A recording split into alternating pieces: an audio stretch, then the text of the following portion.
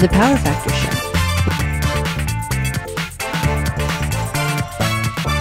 Episode 100. You can find this podcast and others at Gun Rights Radio Network, gunrightsradio.com. Podcasting freedom. Brought to you by Safariland and Hodgdon, the gunpowder people.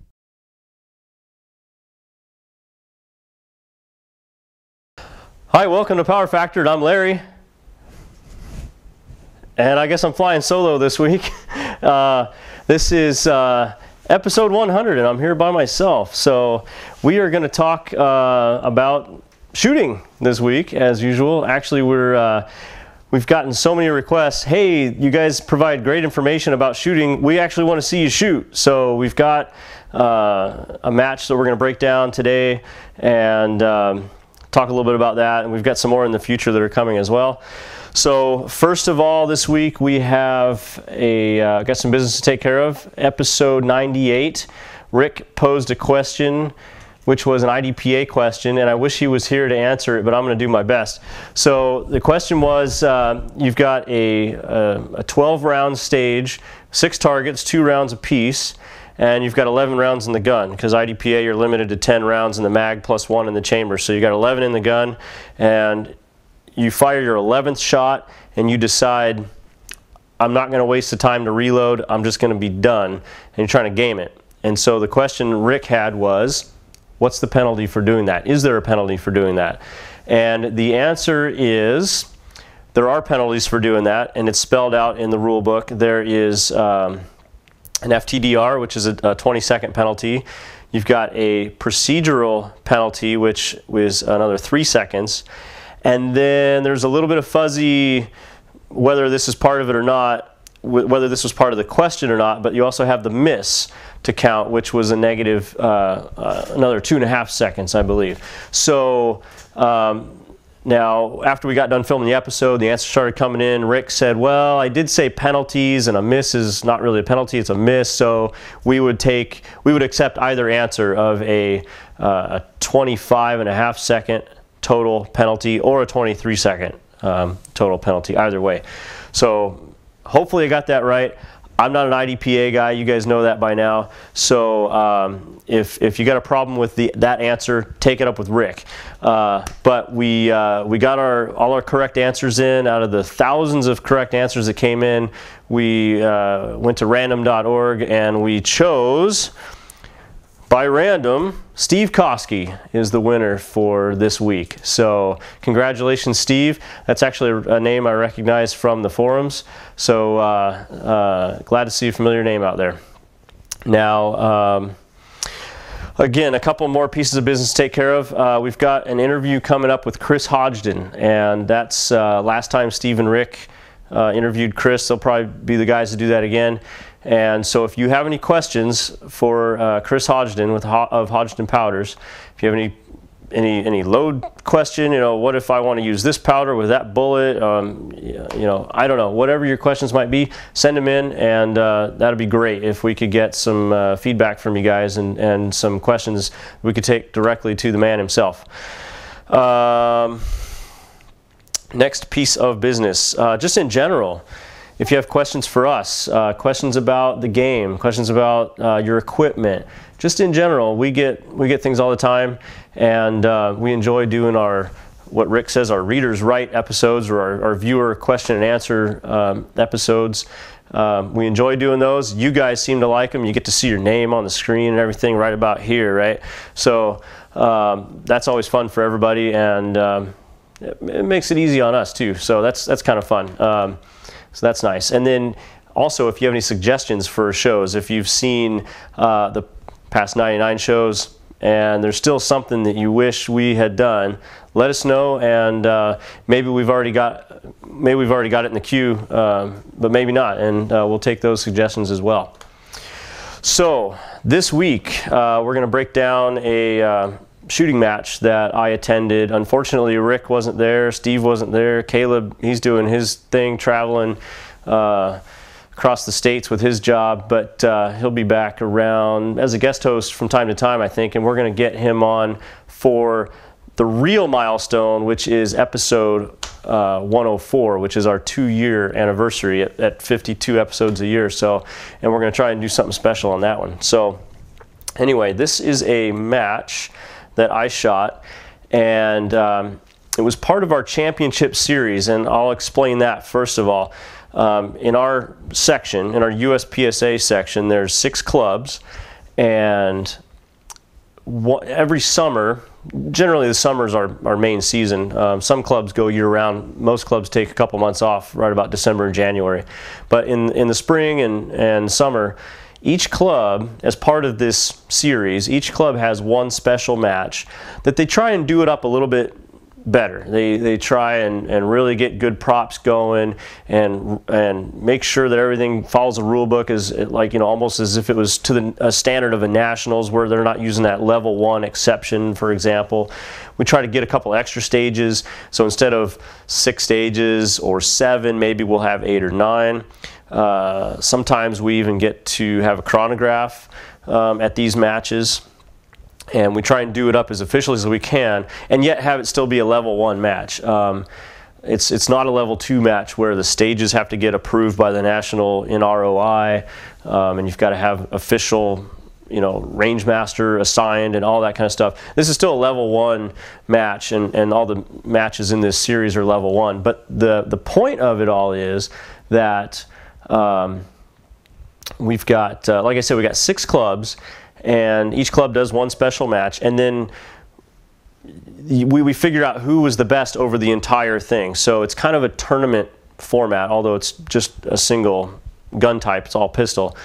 But so you'll get your scores, and say maybe I shot, my overall results were, let's say, 80% at the first match, and maybe I was 85% in the next match, and so on. And at the end of the season, what we're doing this year is we take the best 3 for each shooter, your best 3 finishes, and average those out. And then we rank you based on that, and then there's plaques and cash money that goes out as awards and things like that for the shooters. So it's kind of fun. It really kind of amps up the competition. You want to pick a division because you got to have 3 in the same division across those 6 matches.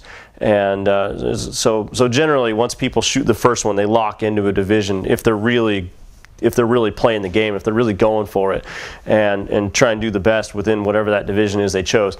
So that's how we're doing it this year. We've got and this match I'm about to show you right now is the final of the 6 matches. But normally we would have a section championship where it really is a level 2 match. And I know Steve has talked about it on previous episodes about him being the range master for this match last year, or was it 2 years ago? I think it was 2 years ago. But and that was, like I said, an official level 2 match. I think there was 10 stages, maybe 11, maybe 12. All the stages were done well in advance, all approved by the national board and all that stuff. And we really did it up nice. And so when we have that section championship within this championship series, that will count as 2 matches. Your score will count twice from that match to encourage people to attend. And then your average for the 6 series matches, we would take 4 and add up and average the best 4. But this year we just did 3 because no one was willing to hold that level of a match this year. So anyway, that's kind of the structure of it. I'm telling you about that just because, maybe you're a section coordinator in your own area. Maybe you're good friends with the guy that is the section coordinator, and maybe you guys might think about doing something like that in your own section, in your own area. And it's a lot of fun. And so we're gonna go through this match now. I got, well, let's see, what do we do? We shot 7 stages. 1 got tossed out because not every squad did it the same way. And then there's another one that I forgot to video, so you're going to have 5 videos out of 6 that we're going to show you. So I think we're ready to do that. Actually, first we'll talk about the gun. I've shot in this championship series. Every year I do something different, and maybe that's why I'm not getting better, because I keep changing the gun, I keep changing the division, I keep changing equipment. I don't know, I try to do it all, but then I don't shoot very often. So anyway, so this year I shot limited 10. And I'm shooting with this Glock 35, actually, which since my intro episode a couple of months ago, I've been experimenting back and forth with the Glock 24 that I showed you and this Glock 35. This one I've had for 6 or 7 years, I think, but actually I'm using the frame from that Glock 24. It's the same frame I showed off, I think my first episode was 89, but with the stippling, this is the same magwell, same Glockworks trigger, same JP mag button, but I'm experimenting back and forth with the slide weight and slide length with the 24 versus the 35. This is about 5¼ inch, the other is 6 inch, and this is what I'm shooting right now. This seems to cycle a little bit faster. I think I do like the fiber optic front sight. The Glock 24 is black on black. And it's fine, but I kind of still like the fiber optic front sight. So this is what I shot in this match.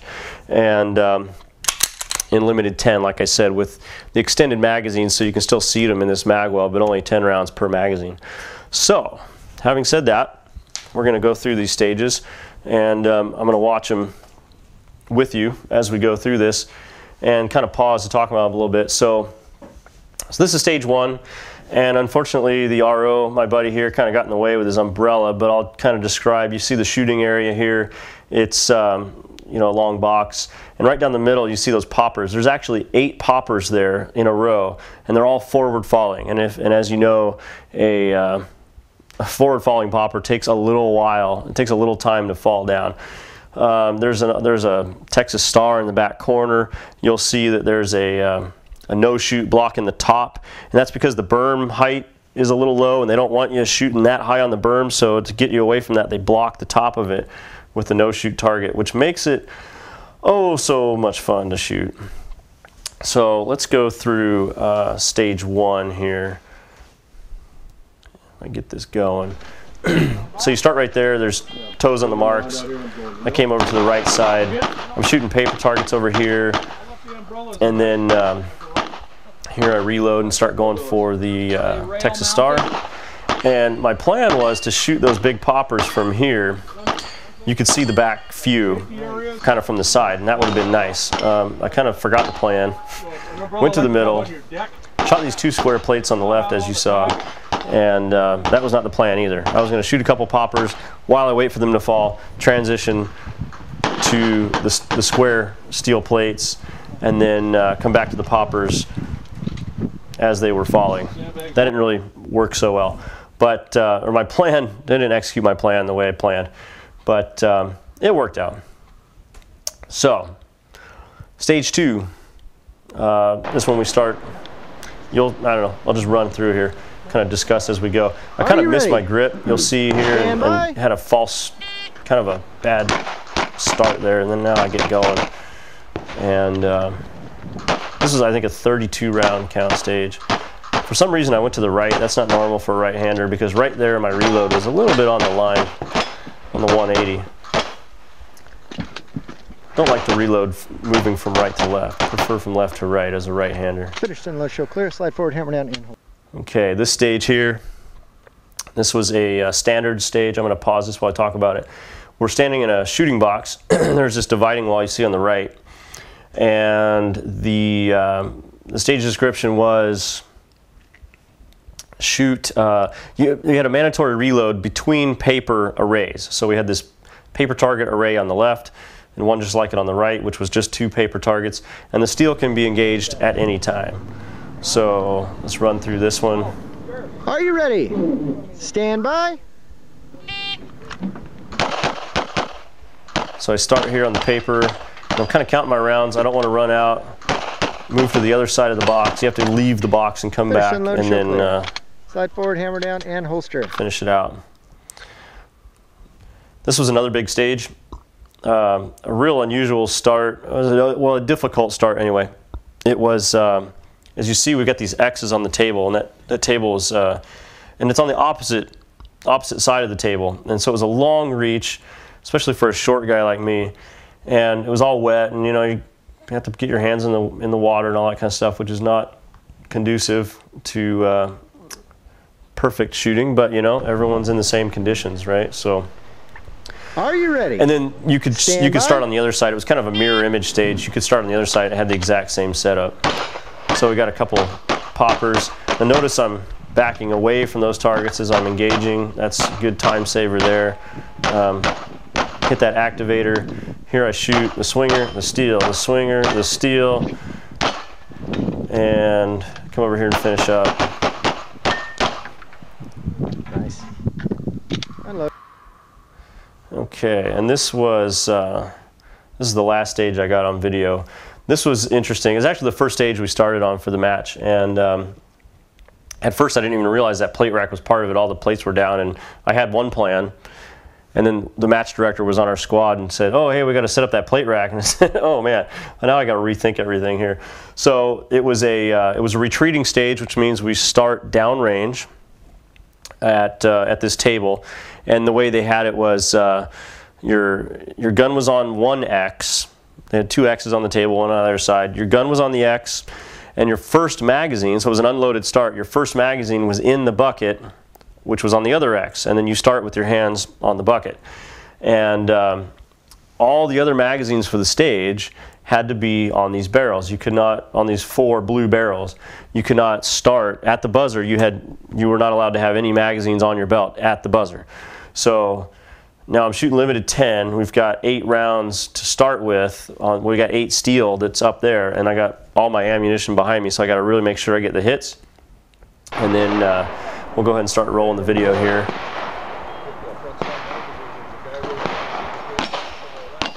And you'll see, hey, I did it. I got all my hits.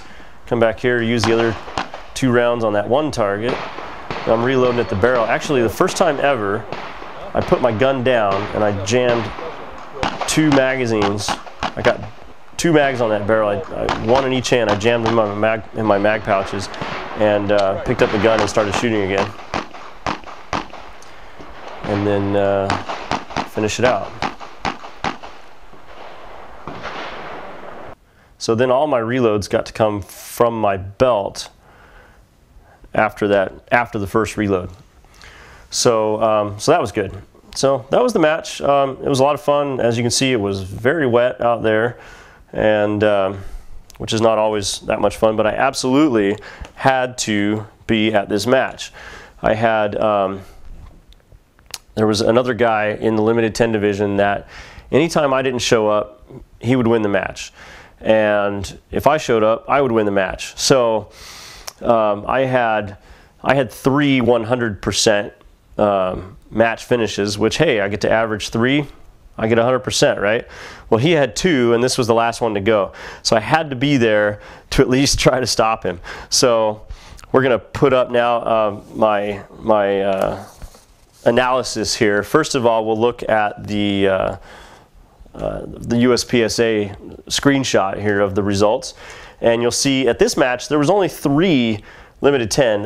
I mean, limited 10 is not normally that populated, but this was really lean, probably because of the weather and the driving distance. This club was a little further out, so for me about an hour-and-a-half drive.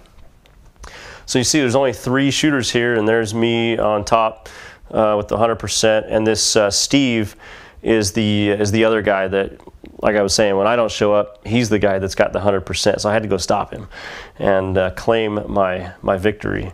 So now we look at the spreadsheet. We'll put that up. This is my analysis that we talked about a couple episodes ago, that I do this for every match. If you didn't see that episode, check it out. It was called Tracking Your Match Performance.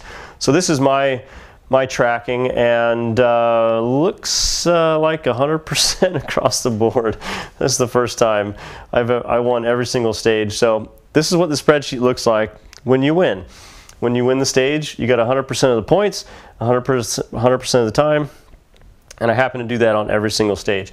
And so when that happens, when I win the match, down here in my lessons learned box, I put some other stats, like this doesn't tell me anything, right? So I got to know more about and kind of analyze how close was it, right? So I put Steve here, you know, he took 2nd on every stage. The other guy took 3rd on every single stage. So we were performing at our best, I suppose, for that match.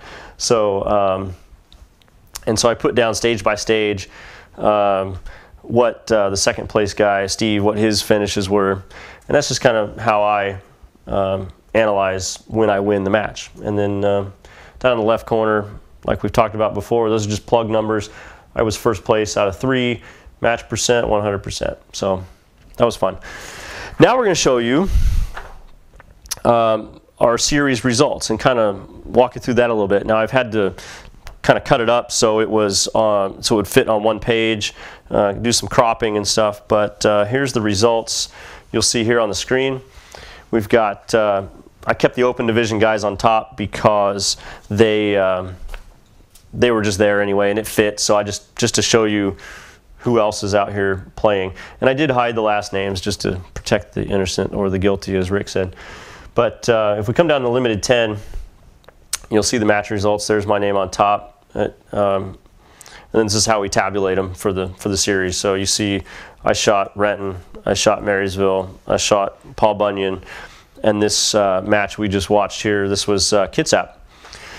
So those were my 4 100%. We take the best 3, average them out. I've got 100. You see the gray bars, those are the folks that didn't have enough matches to participate. You'll see they only have 2 or 1. So they did start playing and they didn't have enough matches in there to be a part of the series. So that's why they're grayed out. That's how we do it. It's a lot of fun. It really amps up the competition, and you know, think about maybe doing something like that at your own club. So now I guess we're pretty much going to wrap it up. I've got another trivia question for you, and we've got a few more prizes to give away thanks to Ron Devine. So thank you, Ron. And I just want to say that if you guys work for a manufacturer, if you make holsters, if you make whatever, if you would like your product reviewed on our show and then turn around and give it away as part of one of our trivia questions, we'd be more than happy to do so and get you some free plugs. So, oh, and you know, something else I want to say while I'm thinking about it. I was shooting on this match you just witnessed. I was shooting Rainier 180 grain bullets, and I'm pleased to announce Rainier has come on as a sponsor. So thank you guys, especially to Shane and Phyllis down there at Rainier, and Rick Langston and all you guys. We love you down there. So it's a great product, and we really appreciate the sponsorship. This will help us deliver more range time videos for the viewers. So again, thank you very much for that. So like I was saying, if you work for a manufacturer, you want to donate your product, we'll take it and review it for you and give it away as part of our show. And so having said that, I guess the last thing I'm going to do is give you another trivia question. And this was suggested by our host, Steve. It's an incident that happened in a match recently, and we'll see what you guys think about this. So you got a steel target, popper, and you paint it every time, right? Because everyone does. And so we know for sure the shooter hit the popper on the edge. And now we're going through scoring the targets, and we see that there's a hole in the no-shoot target that's directly behind the popper. And it's kind of a ragged hole. It looks funny. And we see on the steel that hit was right on the edge. So what do we do about that? Is that a no-shoot? Does it count as a no-shoot? Is it a penalty? Or is that ragged hole something that is a non-scoring hit because it wasn't really a hit? So that's up to you guys. Figure that out and send us the answers. Send us the answer to that question to our email, which is powerfactorshow@gmail.com. Check us out on our website, powerfactorshow.com, and check us out on Facebook. Like us on Facebook, facebook.com/powerfactorshow. So I hope you guys enjoyed that.